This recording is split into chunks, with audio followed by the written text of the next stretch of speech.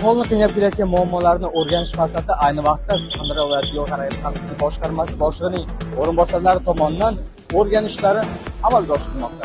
Harakat ishtirokchisi dada sizlar yo'l belgi turganini ko'rmayapti. Haqiqatan kelyapti, qo'yapti. Xalqning hamma e'tirofiga sabab bo'lib qolyapti. Burilganda belgi ko'rmayapti. Burilganda belgi tursa to'xtamaydi. Bozorga kelib ketuvchilarning bir qator bo'lib turib sharoitlarni yaratganmiz.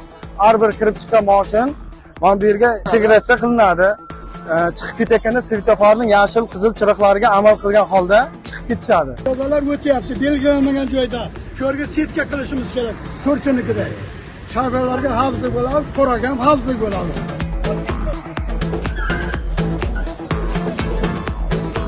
Men Jorqon tumanida bo'layotgan salbiy holatlar bo'yicha murojaat qildim.